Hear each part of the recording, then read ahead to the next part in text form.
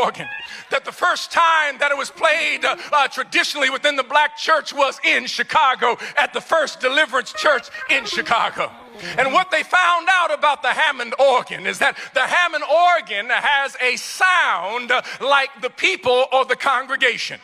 And when the preacher comes to the close and begins to have a cadence and a song in his voice, the Hammond organ then will join in. But what happens when the Hammond organ joins in is that there is a dialogue between the preacher and the musician. And something happens that is amazing, that there is an improvisation that happens between the preacher and the musician. But as the musician talks, then something happens between what the preacher says and what the musician does, because there's a double entendre that is happening as we're going back and forth right now. Some people think that the preacher is just being emotional.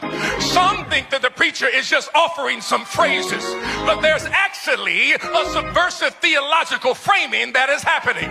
Because the subversive theological frame that is happening is though you hear the words that I'm saying, but there's a sonic theology that is underneath what is happening.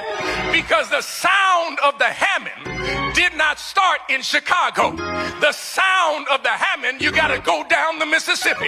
You got to make your way to the state of Mississippi to get that pentatonic blue note sound where the Hammond comes from. But the Hammond doesn't even come from that area in Mississippi. It actually comes from an area in West Africa.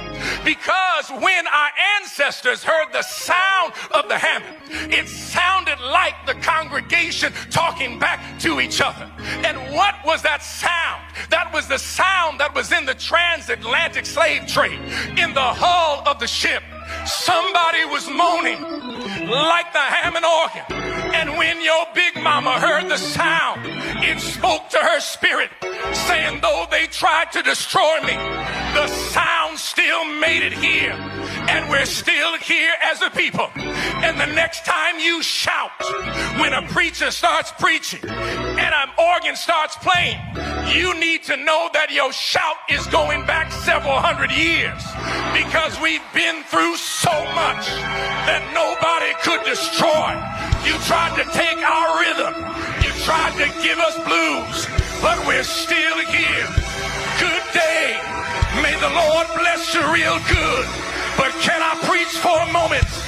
When I think about the